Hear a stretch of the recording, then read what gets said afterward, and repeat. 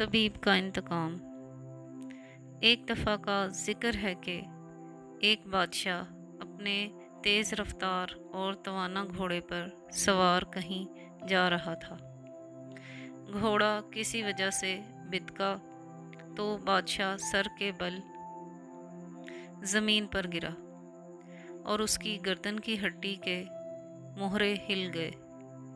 اب وہ گردن کو جنبش بھی نہ دے سکتا تھا۔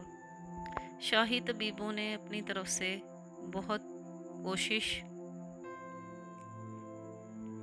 کی لیکن بادشاہ کی گردن ٹھیک نہ ہو سکی۔ اس دوران میں ملک یونان کا ایک طبیب اس کے ملک میں آیا اور ایسی قابلیت سے علاج کیا کہ بادشاہ کی گردن ٹھیک ہو گئی۔ علاج کرنے کے بعد یونانی طبیب اپنے وطن لوٹ گیا اور اس کے کچھ عرصے بعد دوبارہ آیا تو بادشاہ کو سلام کے لیے بھی گیا۔ لازم تھا کہ بادشاہ ازراہ قدردانی طبیب سے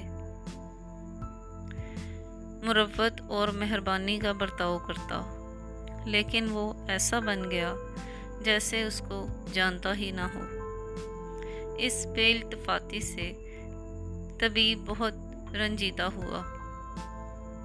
یونانی طبیب بادشاہ کے دربار سے باہر آیا تو اس نے ایک غلام کو اپنے پاس بلایا اور اس سے کہا، میں تمہیں کچھ بیج دیتا ہوں، یہ اپنے بادشاہ کے پاس لے جاؤ اور اس سے کہو کہ یونانی طبیب نے دیے ہیں۔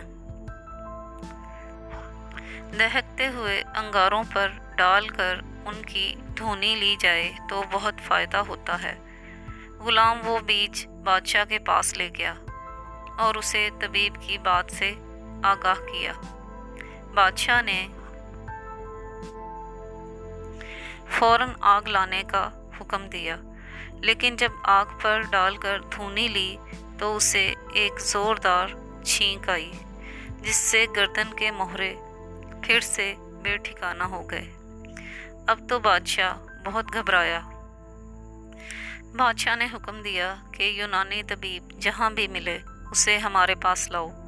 بادشاہ کا حکم سن کر شاہی پیادے اور غلام چاروں طرف دوڑے، لیکن یونانی طبیب نہ ملا۔ نتیجہ یہ ہوا کہ مغرور بادشاہ کی گردن ٹھیک نہ ہو سکی۔ تہذیب کی ترقی کے لیے انتہائی ضروری ہے کہ شریفوں کی عزت کی جائے اور اپنے محسنوں کا ہمیشہ احسان مند رہا جائے، ورنہ زوال انسان کا مقدر ہے۔